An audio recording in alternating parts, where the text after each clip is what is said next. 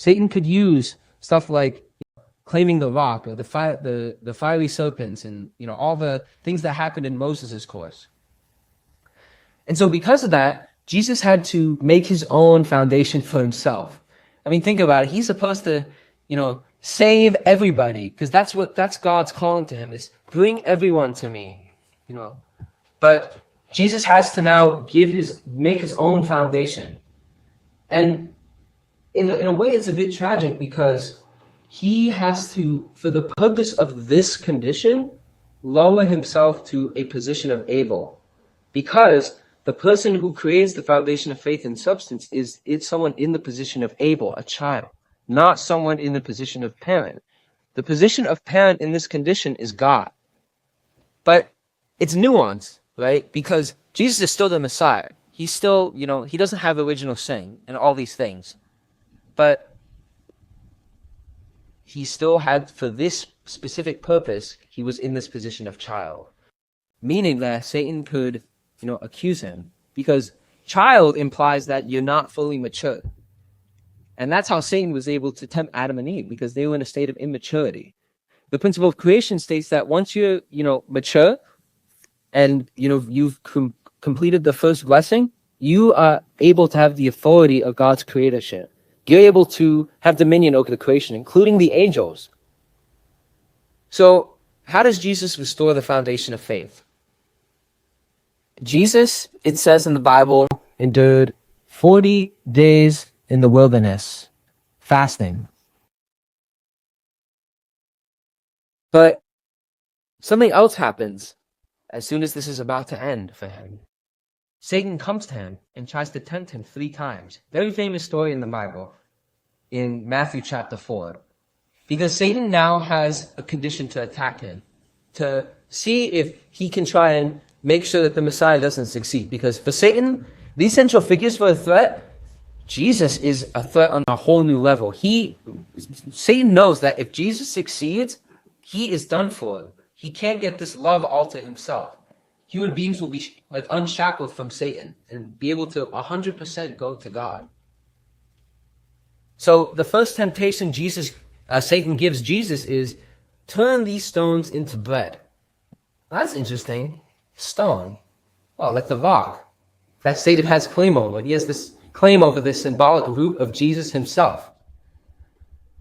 But Jesus immediately replies, not even questioning or having a moment of doubt, it seems, from the story of the Bible, where it says, "It is written, man shall not live on bread alone, but on every word that comes from the mouth of God." In other words, he's saying, I don't listen to you, I listen to the commandment, what Adam should have done in the Garden of Eden. And so because of this, he was able to restore and complete the first blessing with respect to this condition. He did not do what, the Israelites did in the wilderness, which was complain about their hunger and thirst.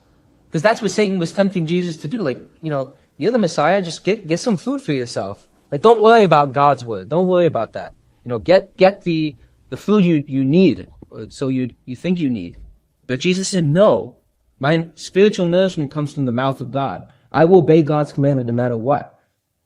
And so because of this, he was able to release himself, if the foundation of substance would be successful, from this condition of the rock.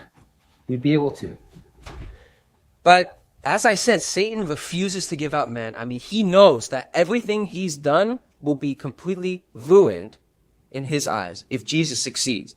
So he tempts him again, and the divine principle states that he has no condition at this point, no real way to succeed in tempting him, because if he's a perfected man, that means that he has the ability to have authority over the angels, and Satan is a fallen archangel.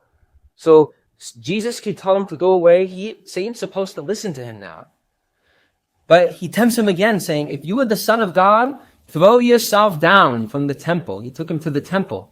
And we learned last lecture that the temple is another symbol of the Messiah. But Jesus symbolically claimed that position already. He showed that he is this perfected man. He lived out his mission as the Messiah and his character. And so he said, it is also written, Satan, do not put the Lord your God to the test. You are not allowed to test me, Satan. You're not. Because I actually am able to tell you what to do as a Lord of creation. You can't have control over me. You don't have this condition. You're not tied to me. And not to mention that I am not in a position of child anymore. I've risen to a position of perfected character. I am in the position of parent. You can't do that. But Satan's like, look, this Jesus, like, come on. I mean, I gave him, food. He could be saved by angels. I mean, fun experience, I guess. But now Satan, on the third temptation, tells him, all this I will give you. He takes him to the top of the mountain, viewing, like, a bunch of cities and towns. He says, all this I will give you if you just bow down and worship me.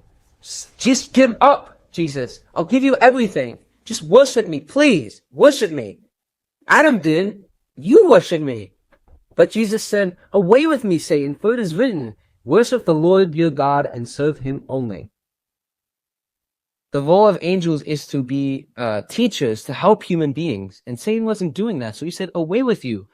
You're not supposed to tempt me anymore. You shouldn't have been in the first place. You're supposed to worship the Lord your God and serve him only.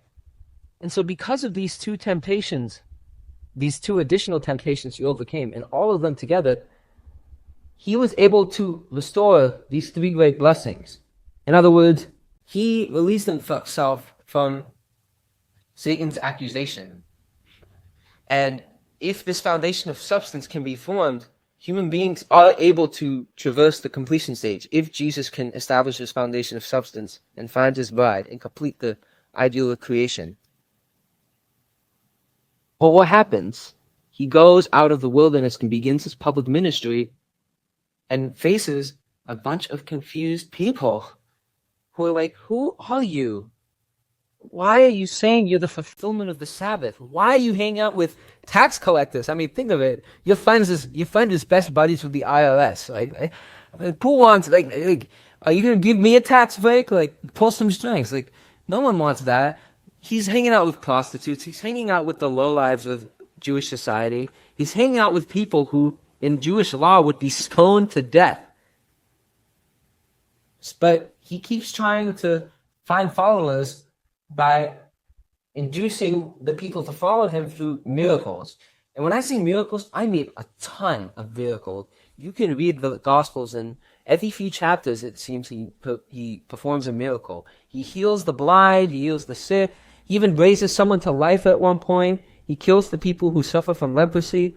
All these crazy miracles. And the crowd, it's interesting because the crowds around him are like, whoa. But then none of them really follow him. They don't stick around. Except the very few people who Jesus was able to find, his disciples, the 12 apostles, for example. People like